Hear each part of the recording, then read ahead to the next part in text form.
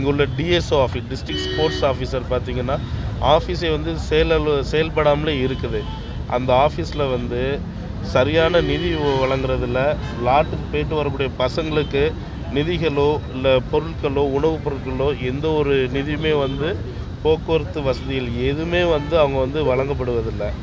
உள்ளுக்கு இருக்க பணியாளர் பற்றாக்குறையுமே இருக்குது. அதெல்லாம் வந்து இங்கே மட்டும் இல்லை, எல்லா இடத்துலையுமே இருக்குது. தயவு செஞ்சு இதெல்லாமே பூர்த்தி செய்யணும். நிறைய சிந்தட்டிக் கோர்ட்டு, நிறைய இன்ஃப்ராஸ்ட்ரக்சரு இதெல்லாம் வந்து டெவலப் பண்ணி கொண்டு வந்தால் நல்லாயிருக்கும். அது மட்டும் இல்லாமல் அம்மா யூத் ஸ்போர்ட்ஸ் விங் சொல்லி ஒன்று தனியாக வந்து ஒரு பாலிசி எடுத்துகிட்டு கொண்டு வந்தாங்க. நம்மளுடைய எங்கள் என்டிஏ கூட்டணியில் அதிமுக ஆட்சியில் கொண்டு வந்தாங்க. அந்த பாலிசியை அப்படியே இப்போ நிப்பாட்டிட்டாங்க.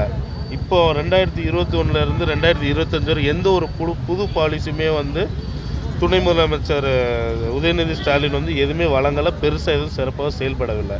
விளாட்டுத்துறை இது பற்றி விஷயங்கள் நிறைய நாங்கள் ஆர்டிஐ போட்டிருக்கோம்.